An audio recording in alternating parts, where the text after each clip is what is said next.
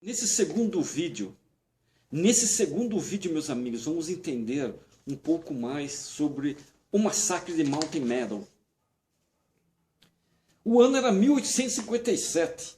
Um exército de cerca de 1.500 soldados dos Estados Unidos marchava em direção ao território de Utah. Nos anos anteriores, discórdias, falhas na comunicação, preconceitos e disputas políticas de ambos os lados criaram um crescente racha entre o território e o governo federal. Em 1858, um ano depois, esse conflito, posteriormente chamado de Guerra de Utah, foi resolvido através de uma conferência de paz e negociação. Uma vez que os milicianos de Utah e as tropas do exército dos Estados Unidos nunca chegaram a lutar em campo de batalha. A Guerra de Utah foi caracterizada como, entre aspas, sem sangue. Mas a atrocidade em Mountain Meadows tornou-se longe de ser sem sangue. Brigham Young, presidente da igreja e governador do território de Utah, porque Brigham Young era o governador do território de Utah, e seus conselheiros formaram políticas baseadas nessa percepção de invasão, de expulsão dos santos de suas casas. Eles instruíram as pessoas a economizar grãos e a preparar-se para guardá-los nas montanhas, caso precisassem fugir para lá quando as tropas chegassem. Nenhuma semente de grão deveria ser perdida ou vendida a mercadores ou imigrantes de passagem. Nada poderia. Vocês estão entendendo? Essas políticas de guerra exacerbaram as tensões e conflitos entre os imigrantes que chegaram no sul de Utah, que iam em direção à Califórnia, e alguns colonos, ou a maioria dos colonos mormons, colonos santos dos últimos dias, conforme as caravanas passavam pelos assentamentos de Utah, que tinha muitos colonos mormons. Os imigrantes ficaram frustrados porque não conseguiram comprar grão nem mercadoria para reabastecimento. Inclusive, grãos para seus rebanhos não conseguiram também, não só para a sobrevivência deles, mas para o rebanho. Muitos desses imigrantes tinham centenas de cabeças de gado e tinham que competir com os rebanhos dos colonos pelo pasto e águas limitados ao longo do caminho. Houve um plano para atacar esses imigrantes. O plano de atacar a companhia de imigrantes foi originado dentre a liderança local da igreja em Cedar City, que havia sido recentemente alertada de que as tropas federais poderiam entrar a qualquer momento através da passagem ao sul de Utah.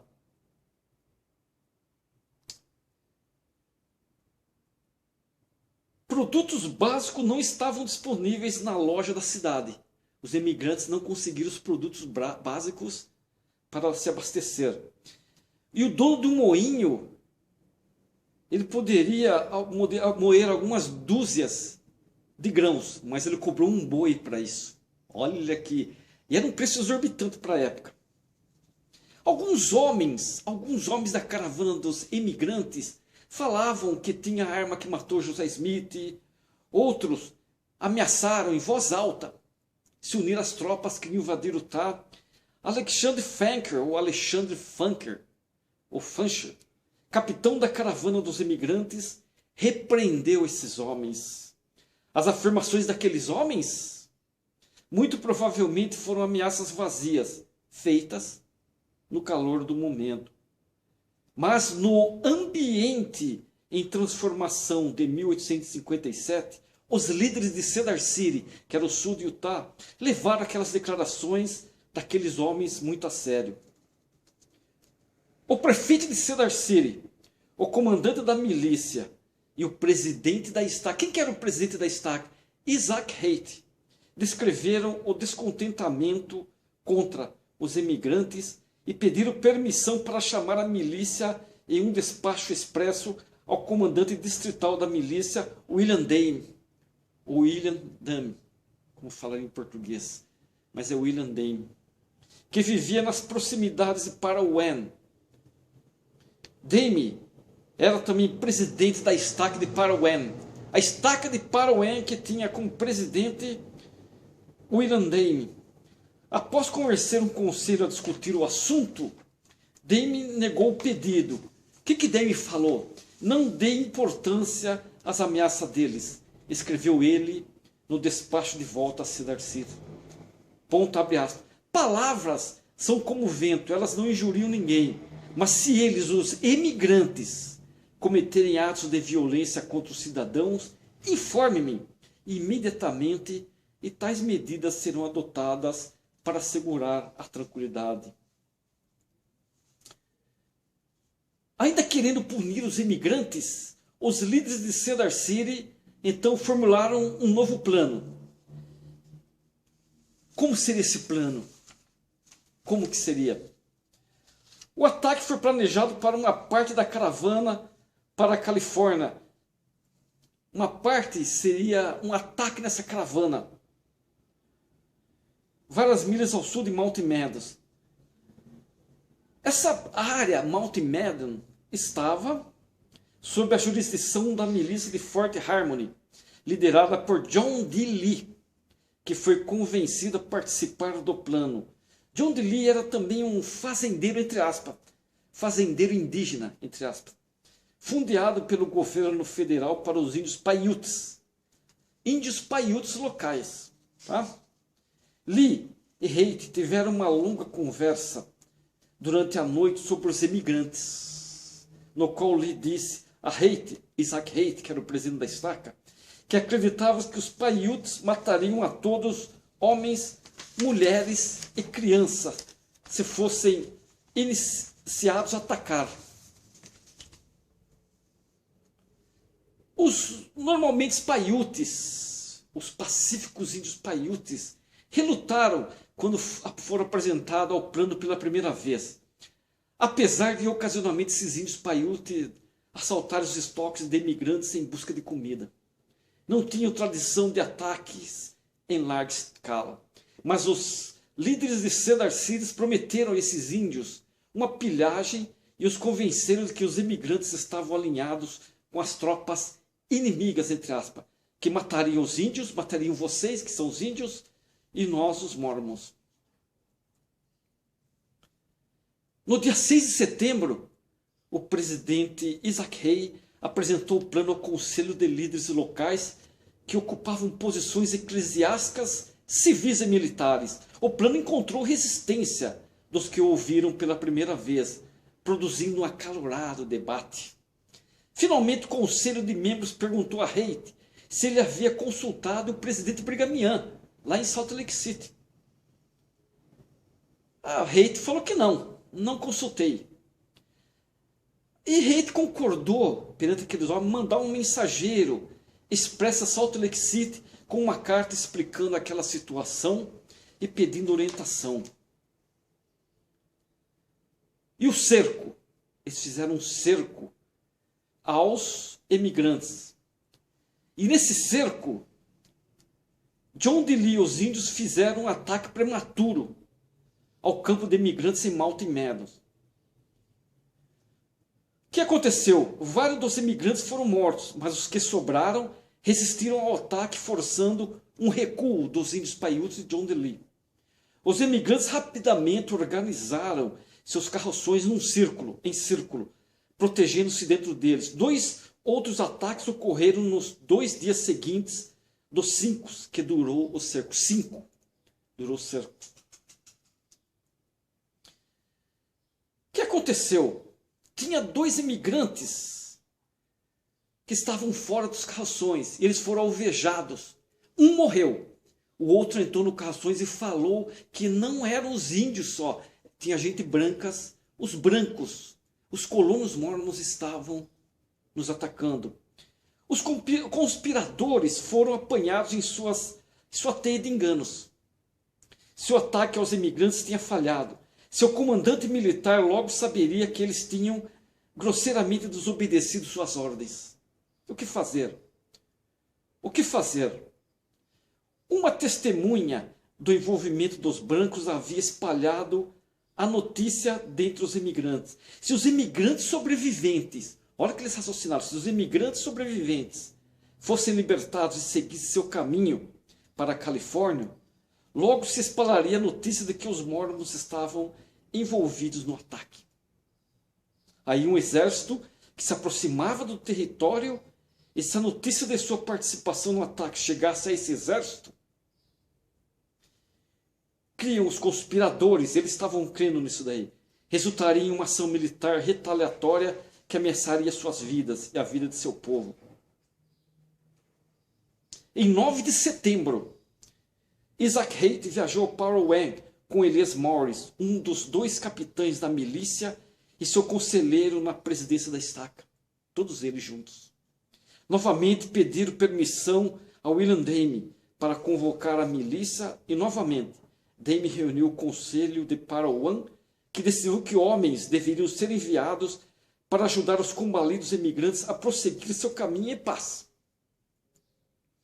Posteriormente, Isaac Haight lamentou, abre aspas, eu daria um mundo se tivesse sustentado a decisão do conselho, fecha aspas. Ao invés, quando a reunião terminou, Isaac Haight e seu conselheiro encontraram William Dame sozinho e compartilharam com ele informações que não tinham dito ao conselho. Os emigrantes encurralados provavelmente sabiam que os homens brancos estavam envolvidos nos ataques iniciais. Essa mensagem levou Dame, agora isolado do moderado consenso de seu conselho, a responder ou a repensar sua decisão. Na chegada a Cedar-City, Haight imediatamente convocou 2 dúzias de milicianos, a maioria policiais, para juntar-se aos que já esperavam próximo ao acampamento dos imigrantes em Mountain Meadows. Aqueles que haviam deplorado a violência contra seu próprio povo no Missouri e em Illinois estavam agora prestes a virtualmente seguir o mesmo padrão contra outros, mas em escala mortal. Na sexta-feira, 11 de setembro, John DeLee entrou no acampamento dos imigrantes com uma bandeira branca e, de certa forma, convenceu-os a aceitar certos termos perigosos. Ele disse que a milícia os escoltaria em segurança na passagem pelos índios de volta a Cedar City, mas os imigrantes tinham que deixar para trás seus bens e entregar as armas, sinalizando aos índios paiutes suas intenções pacíficas.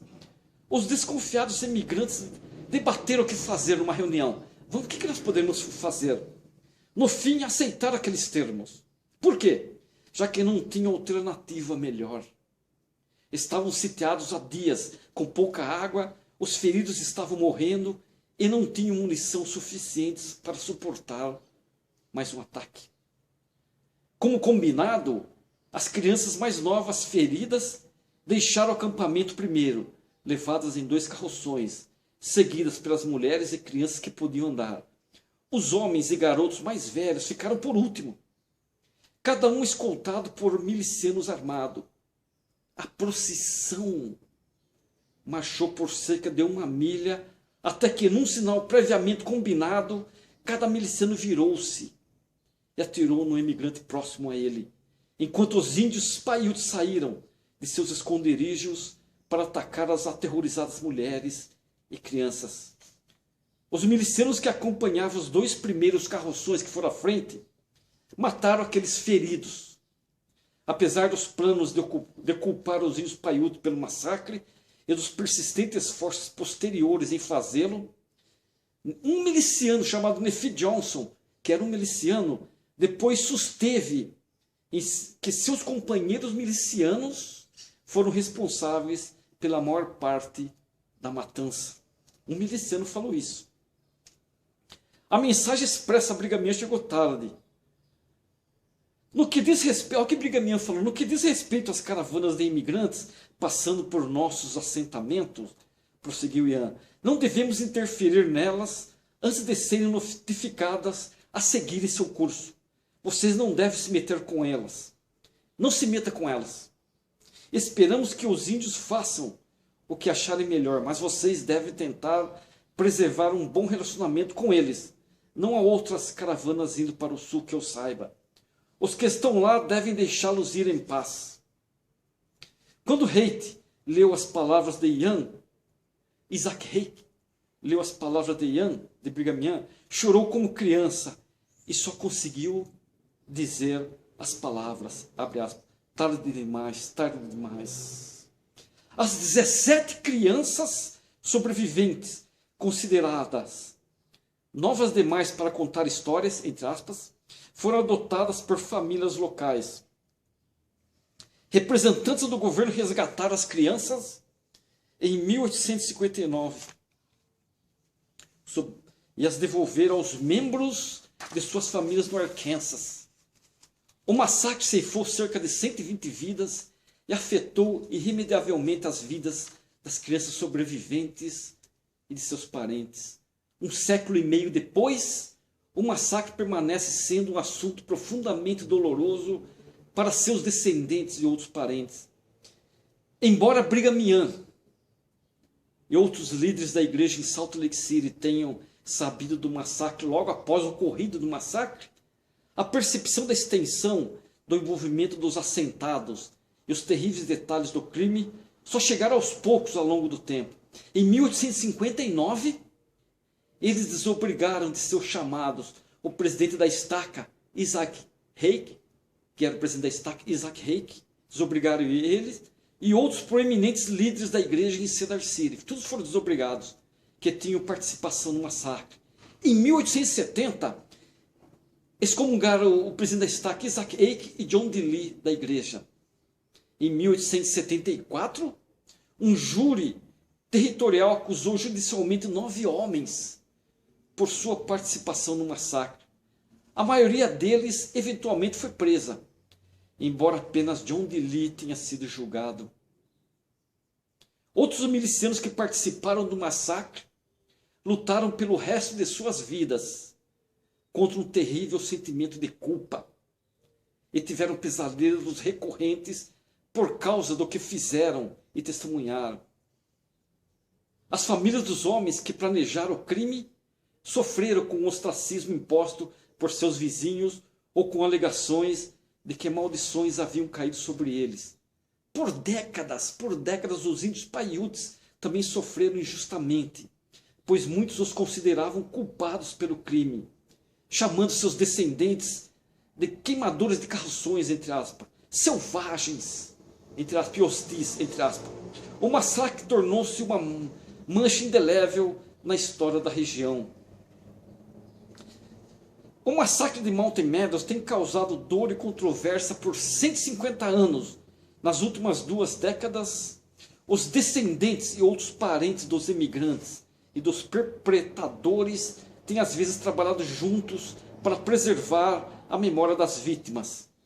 Esses esforços tiveram apoio do presidente Gordon B. Hinckley, 15º presidente da igreja, Gordon B. Hinckley era, falecido em janeiro do ano de 2008. O que eles fizeram? Representantes do estado de Utah e de outras instituições e indivíduos, dentre os frutos dessa cooperação estão a construção de dois memoriais no local do massacre e a colocação de placas em homenagem aos imigrantes do Arkansas. Grupos de descendentes, líderes e membros da igreja e autoridades civis continuam a trabalhar por reconciliação e participação de vários serviços memoriais em Mountain Meadows. Entenderam?